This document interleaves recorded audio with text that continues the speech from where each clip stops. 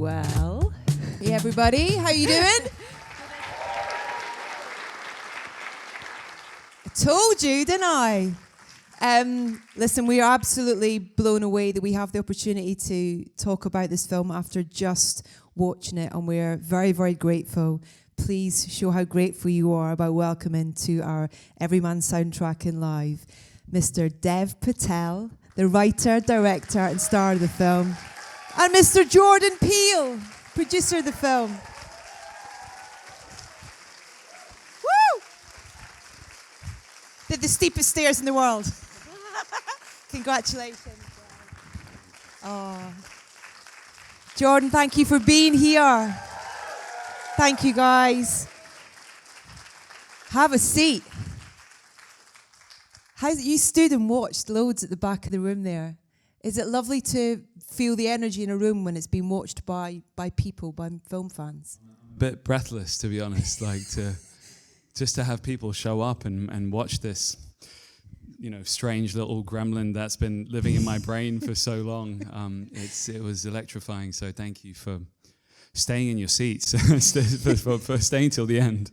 How does it feel that the people are seeing it now? This, like you say, this has been a long journey for you and a hard one. We'll talk about that in a second, Dev. But how does it feel to know that, this what's a week away from being released to the public, this thing, your baby, your child in a way? You know what? If it was up to me, Jordan knows this because he was with us for the final stages of, putting this together.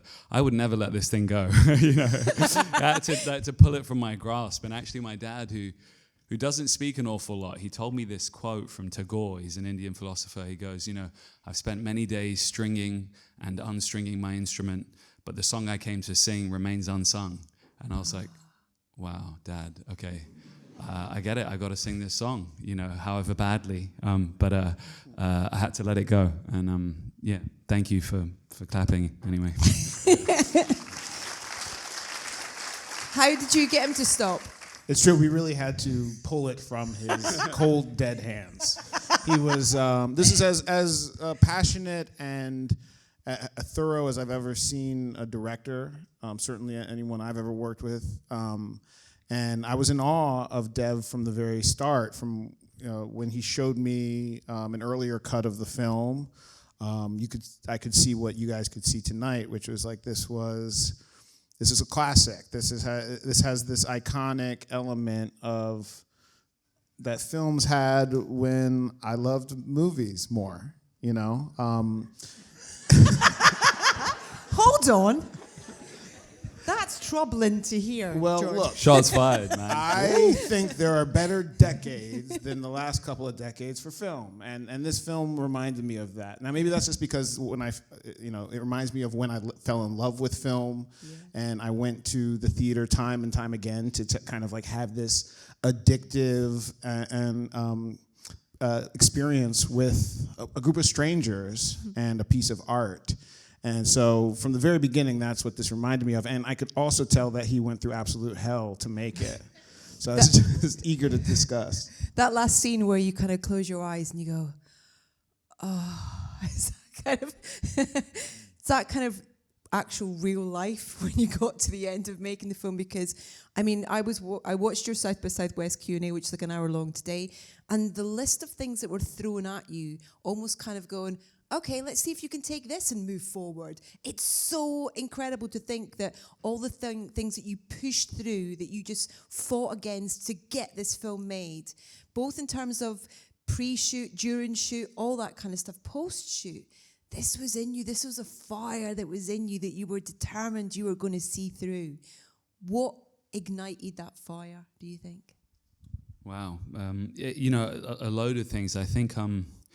First of all, the thing that you're doing, the piece of art itself is your greatest teacher, and you can't take those philosophical quotes like "the pain will leave you once it's finished teaching you" and then quit, because the script's staring at you and kind of goading you on. So that's part of it. And then I think early on in the process, you're this young, lanky brown actor, and I think you walk into a room and you're pitching something, and I won't mention names, but you kind of feel overlooked, So there's a lot of HODs that we lost because they're like, he's just some silly actor, he's trying to live out a dream, and this is gonna come crumbling down. And it did feel like Heart of Darkness at times, on set. But that furnace of like, I'm gonna fucking prove you wrong, man. Yeah. And we made this during the time of COVID, and I felt a tremendous responsibility because we provided a purpose for some people in a really dark time. We had like 500 people on this island in a bubble. And, I remember a couple of weeks before production, our financier called to tell me he's shutting it down. They're worried about the pandemic and the costs and all this stuff. And I was like, no, you're not. I'm not leaving. I begged him for 48 hours. And, we went on this 17-hour Zoom call. And I went through down to every paintbrush in the makeup artist. Like you go with 12 brushes, now you've got 8. Those bicycles, I suffer the consequences of a few because in that big action scene at the end, we only had 4 breakaway tables. So after each shot, I'd be like, cut! And then would be on the floor like finding the bits of wood. And I promise you can ask Joe, we were gluing it back together again, and then I'm like back into action mode. So it's crazy. And stuntmen, I believe, as well, that you had to kind of like redress them as other characters. Yeah. So that final sequence, I killed the same 8 dudes like 40 times. So like, you'll start to see these wigs and these beards. Like one of the guys looks like the Indonesian Santa Claus. Like, it's like... This is the true this is true. star of the movie here, is this guy. Yeah, this guy, yeah. But it feels as well, I was saying to Jordan earlier, it's like you feel like there's so much of, like you were talking about, like falling in love with cinema and storytelling. And, for you, Dev, we feel that love that you have for that in this film, I think, from those action films and from, Bruce Lee to your relationship with your mum to, kind of those stories that you heard from relatives and, ancestry, all that kind of stuff is all poured into this kind of from love. Did you enjoy the writing element of it in terms of kind of putting all those things into this story? There's a lot in there, yeah. It's not really, it's not quite al dente. It's like an Indian meal. There's every spice in this thing, and every dish. It's like, it's like a trip to the Patel household. There's just everything in it. But for me, I'm a huge fan of the genre, and I wanted to make a film for young Dev. Yeah. I remember watching Bruce Lee for the first time as a kid in Enter the Dragon, and someone with a similar complexion to me, the same sort of hair, it kind of revolutionized. I felt cool for the first time watching him. My mum bought me some rubber nunchucks for my birthday. I broke every cabinet in the kitchen, but like that sort of representation was important, and for me, I wanted to talk about some stuff, and I making a film about the caste system or systemic violence against women in India or religion. It's a hard film sort of subject matter to access. So the film is actually a Trojan horse. It's what this man does better than anyone is uses genre to kind of cleverly feed you guys something more philosophical and interesting and what's on his heart. And there was a lot weighing on my heart, and I tried to cram it all into this thing. At what point where was the film, Jordan, when you came on board in terms of? I first saw a cut that was about 90% complete, and I met him at a time where it may have been a low point, but he was at a point where just like all of us directors get, and I know he must have gotten many times, but the brink of defeat is what I would call it. And I just had the fortunate position to be able to remind him, like, look, man, this is one of the best films I've ever seen, and you're good. You're right where you need to be, and every hurdle you've come across, you've leapt over so far. So just keep going. And yeah, I mean, I love hearing him talk about the film, and because it inspires me. There's so many things he attempted that are more ambitious than what I would have attempted, and I admire that, and I love the way he talks about learning from a film, because that is how it feels. It feels like, being a director, being a filmmaker. It's not even that you have a vision. It's at some point the film, or this is for me, it's at some point the film starts speaking up for itself. And you're in conversation. You're the only one that has the film's phone number, basically. And it does feel like if you're open, you will learn from the film, and that learning will shape what you didn't realize the film was trying to be from the beginning, but you really have to listen to it. Music in this film is kind of amazing, in terms of the different ways that it's used, the different types of music, the diegetic element of it, the tabla. It's just phenomenal. I love that kind of, with Zakir Hussain, the wonderful kind of, when we see him in the storytelling at the campfire, the music's telling the story before he's telling the story in a way. It's so beautiful. And then that kind of leads into that kind of, I hope you don't mind me calling it the Rocky moment. But that starts with silence before then that kind of relationship joins in. Talk to me a little bit about the journey with music in this film and how important it was to have those traditional elements in there, as well as Tina Turner, Roxanne, all that stuff that's in there. Yeah, I mean, I feel, music is a big part of me. It's a big part of the Indian culture. And, when you spend, you're up at 4 a.m. with the stunt performers, you're working together, you realize that actually action is it's a percussive medium, Not only are the hits on the bodies, but like it's the guy letting you know he's coming at you by the sound he makes, and you're like, oh, and it's like, it becomes this like weird kind of like, I don't know, it's like an odd mating call or something between all these men. But it's very, don't quote that actually, sorry. It's all being recorded, yeah, it's yeah. fine. Yeah. We're recorded. Yeah.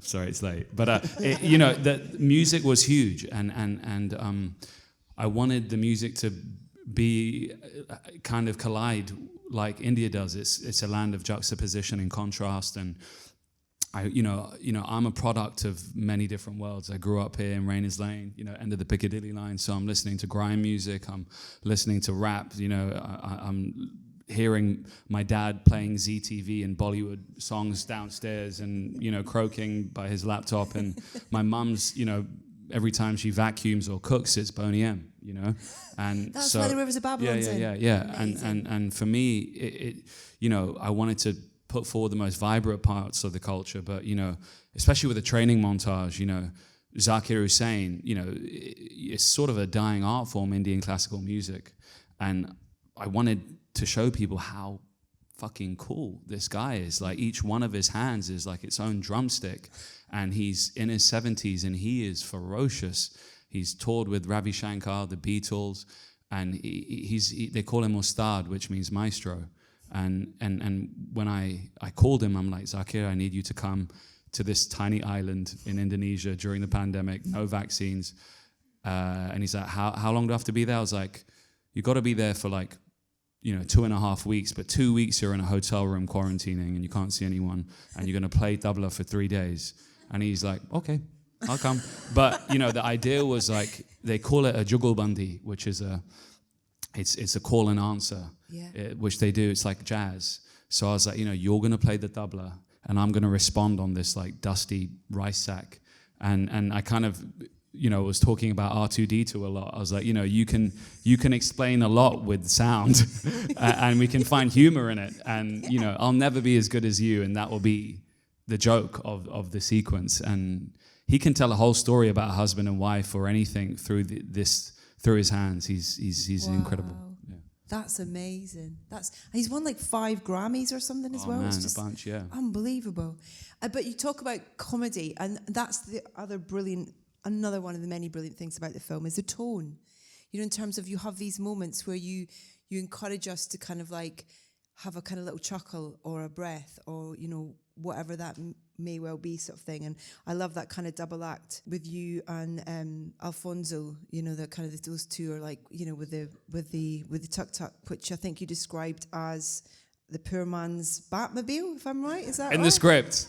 I was like, yeah, it's the it's the ultimate rickshaw on steroids. It's the poor man's Batmobile, and he calls it Nicki Minaj because big bumper, nice headlights, but that thing was a nightmare. I mean, it was like super Benny Hill. You had to speed ramp the hell out of it in the edit. It couldn't go past gear number 2, and as Pitobash, will say, he goes, it keeps drifting this way. And every time I'm like, go.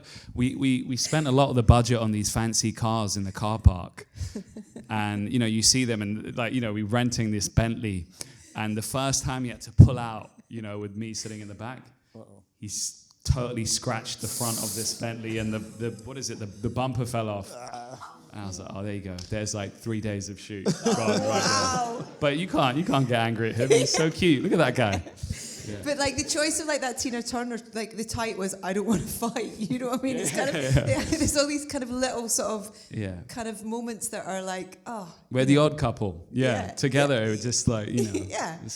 Can I talk about Jed as well, Karzel, for the score? And also the scene with the piano, where you're in the club waiting, and she's been attacked by sexually abused by, and the piano's in the background, and that's kind of building the crescendo and the piano playing, and your flashbacks are coming and stuff, and the knuckles starting to pulsate and things like that, and what is that? What was that? And then also Jed as well, please. You're amazing, man. I just want to say, what amazing! We've just done 2 days of press junkets, and this individual was pulling out the best questions. I just thank you for making me like my really. That's talent. Thank you. I'm just a geek and I'm really nosy, Dev. No. Jed, I've been obsessed with for a very long time. I actually watched a film that Riz did called Encounter, and that soundtrack to Encounter was like blew my mind. So I started temping the movie with some of these tracks. And I begged Jed to come on. I begged him, and I was like, I don't want to do the fucking sitar as soon as you open on India. I don't want to do the usual stuff. I want it to feel kind of futuristic. I want to kind of encapsulate the trauma and represent his mother. I want it to be earthy and acoustic and kind of electronic at the same time. And I kind of talked to him about this kind of like internal rumbling beast that is like, it's like these false crescendos I wanted to create where you think you're gonna, and then it just jaggedly goes away, and we keep doing these like moments like that. And the piano scene was my attempt at doing like a poor man's Wong Kar-wai. Like I just wanted to, a lot of this guy is an underdog, and it's based on keeping your head down and being voyeuristic. Yeah. So like he's looking and absorbing, and I just had this image of this, when you like see someone play the piano and the kind of the hammers inside, and it just feels like the hammers of the soul. And I was like, we could, in those movies where someone's like in a church and like the whole setting, the gargoyles start like weighing down on them. Everyone's, everything. Yeah. I wanted that opulence, that club to start like suffocating him. And then we found this beautiful painting. It's called Jatayu, and that was like, okay, here we go. We could do something interesting there.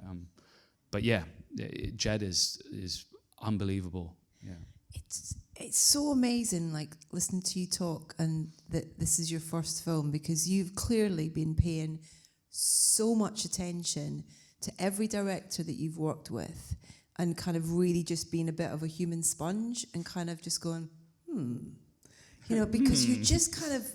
It's amazing. I mean, Jordan, you're kind of nodding there as well, and I imagine that's part of the appeal of working with him and being on board with this project and wanting to be part of it.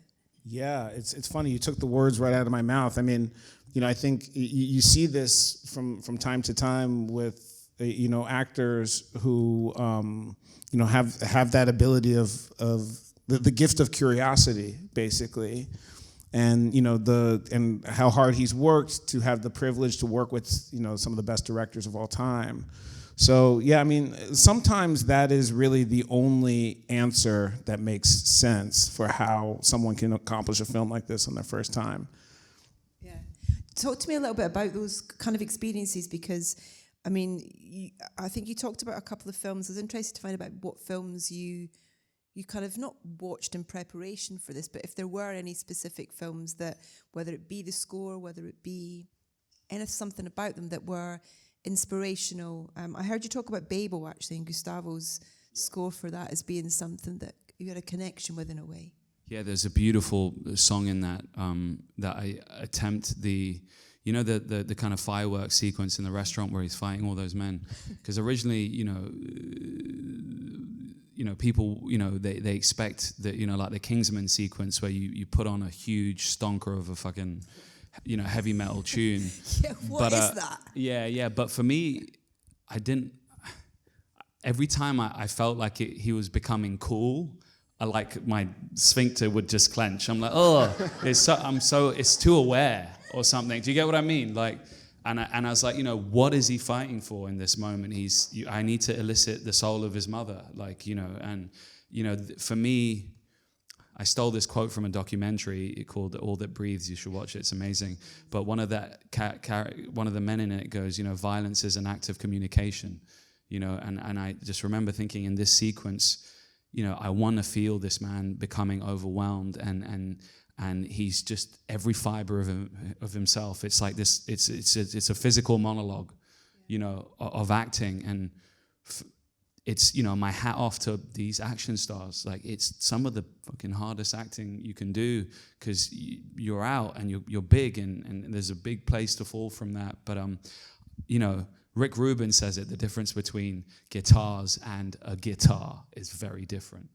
So one instrument, an amazing man called George, we're just watching him play, stringing this instrument, and he kind of just watched me in the sequence and just played, and he did like 12, 13 versions, and we just chose one, and that was that sequence. And Jed had the pads underneath, the synths and that, yeah. I wanted to talk a little bit about the Hydra community as well, if that's okay, because I think that's, there are so many things that you pull into the story, in terms of voices and conversations that you're encouraging people to have after the film, like you were talking about, similar to what Jordan does with his storytelling. And that's a beautiful part of this film. It's just a really thoughtful and brilliant and powerful part, I think, of this story. And what was the inspiration to include that community into your story, into this his world? The the Hanuman story for me, he represents all of these things of strength and nobility and integrity. But when you look into it, he's someone that lost faith in himself. He needed to be reminded of who he was. And for me, you look at the young Hanuman story, it's like Icarus. It's about the underdogs, the marginalized, the people that have been swept into the corners of society, the voiceless, coming together like Hanuman and his band of Vana, his monkeys, living in this forest to save the day. And, for me, this is a film about faith, a revenge film about faith, and how faith can be an incredibly, powerful force. It can bring us together, and it can cause great conflict and pain. And, throughout time, especially now, it's becoming more rigid and confined. And actually, when you go to old temples in India, you'll see the most explicit carvings and, the culture itself, like this kind of, every one of us has this duality, devotion, destruction. And the Hydra community, for me, I just, and there was an actor in particular, a man called Vipin Sharma. I did a film called Hotel Mumbai. I don't even think we shared a scene, but he has the most soulful eyes. He is here today. He's actually standing right there, Vipin. Alpha. Plays Alpha. And I wrote the character for him, and we, I wanted to call the character Alpha. We use that as like, oh, that's an alpha male. Well, no, this is Alpha. This is our Alpha. And we also hired. We're on this island in Batam, so I wanted to have some real transgender performers, so we went to TikTok, and there's Reva, Behan, Dayang, never been in front of a camera before. Some of them are in fashion, and so it was became this kind of like, I leaned on Vipin hugely, and I was like, you are gonna set the pace for the scene. And sometimes everyone was screaming, and I was like, Vipin was like, what do I do? They're going crazy, when that one Hydra gets hurt, it was chaos, but he set the tone. And I think we went into that temple scene the first day, and we all lit a candle, right? and we put an intention into it together. And it was a really beautiful, having them on set and their energy and their excitement to be there. And, it was so funny, them watching me train, and like, it was just all them. We had a camera on them and they were just cracking up and teasing me and catcalling. It was great. Yeah. Jordan, do you kind of wish you'd been on set? For this one, no. Yeah. No, this happened the way it was supposed to happen, and that was without me there. I'm extremely fortunate, I think, for many reasons to come into it exactly when I did. And that I could help it in any way I feel like Monkey Paw Productions is doing what we set out to do. Dev, what was the most helpful thing that Jordan did for you, do you think, from coming on board with this film? I think there was a point where I was ready to say goodbye to it. It had been taken. Our financier was going through a bankruptcy lawsuit, and the film was an asset that was caught up. I don't know if I'm not allowed to say that, but hey, I said it now. We'll edit that out for you. Yeah, no. But I'd said goodbye to it in a way, and then Jordan came in, and just from our first conversation, the first thing he said was, "Tell me everything." And I was like, "What do you mean?" He's like, "I want to hear it all." And you've got this titan who's incredibly busy. He's running a huge company. He represents a lot to a lot of people. Bar fight. I know. Don't give him your shoe. Yeah. And more than anything, it just kind of became like therapy. And I felt seen. And then he took me out to dinner and we got fucking lashed, and it was amazing. And but he understood the film on a really deep level, and he kept pushing it, and obviously with his weight, he threw it behind this, which allowed me to get more money to do some VFX better, or the sound, or these finishing touches actually really elevate the experience of the movie. I think you came to me probably at a time when you had been hearing a lot of voices. And it's hard to discern between what the voices, the intentions, motivations, what's true and what's not. And so I could see that he was in a point where he just needed to, be reminded that he's the most important voice in his project, and to offer him some ears, basically. I was really interested hearing about, did you say Jugad?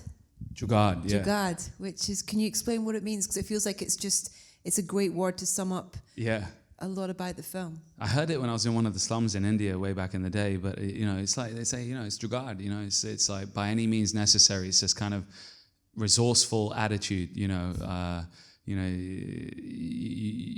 if the car's broken, let's Jugad it, or you use a plastic bag as a hat or poke holes in it, and now it's a fishing net. It's shoe as a weapon. Shoe, yeah. And for me, that was the philosophy of the character. He was going to be resourceful. He meets a little dog, and he's going to Jugad this gun in somehow with this puppy. He's going to, that his fighting style, his philosophy. Even making the movie, there's shots from my mobile phone in here. There's everything, in this. We couldn't get a water tank, so Joe, my producing partner, we bought a case and we went to, B&Q, filled the bathtub with moss, and I got in and he started filming me screaming in the bathtub in the edit suite. That's in the movie, We lost a camera, and on the rickshaw crash when it gets T-boned, we couldn't cover it properly, so the sun was coming up, and I was like, can just tape my phone on inside the thing, and the on collision, that's an iPhone. That's my iPhone in there. The staircase scene when he's coming down the bathroom fight, he's running down the steps. We were meant to build a staircase, and we couldn't afford it, and we didn't have enough time. So I was like, how do we cover the staircase down from the production office? Yeah. And I created a rig so the cameraman was me, and I made him wear my trousers. And so he's running down, and then you kind of get hit back out of the perspective. And it's like, through obstacle, you find innovation and opportunity with everything. You know that Diwali shot? One last one, sorry. No, keep going. You know where everyone's dancing, the big crowd? Yeah. And the camera's swinging above them. Like our crane broke. And I wanted to capture this shot. So I was like, why don't we just put a rope and turn it into a pendulum cam? So we were swinging this fucking expensive camera. And then, one of our, the producers was absolutely losing her mind. So it was Joe's job to keep her distracted. And I was like, yo, now that we know how to swing it, how can we film it swinging and then detach it whilst it's rolling and run through the crowd? So it swings and there's all these dancers and then they grab it and detach it and run with it. And it's in the film, but it's like shit like that. It's amazing. But it's to have the foresight to think of that. It's like the on-the-spot problem solving of going, fuck it, we'll just do this. It's amazing. Yeah. It's because you can't, you're like, oh, yes, with my arm. You can't tell. It's so fluid and part of the journey, and you're immersed in it completely. Yeah, this is exactly what it takes to make a great film. Is I'm sure he knows every moment of the film before he even starts to shoot it, down to the shot. Yeah. And then every single scene you shoot has to go a completely different way than you thought. And so, that's this idea of never stopping, of always figuring it out, always being adaptable is that's it. And he's got it. To finish with, I hope you don't mind, I wanted to finish on that last piece of music that you have in the film, that last track. Is it called Glow? Grow. Grow, yeah. Not Glow, Grow. Faisal, yeah.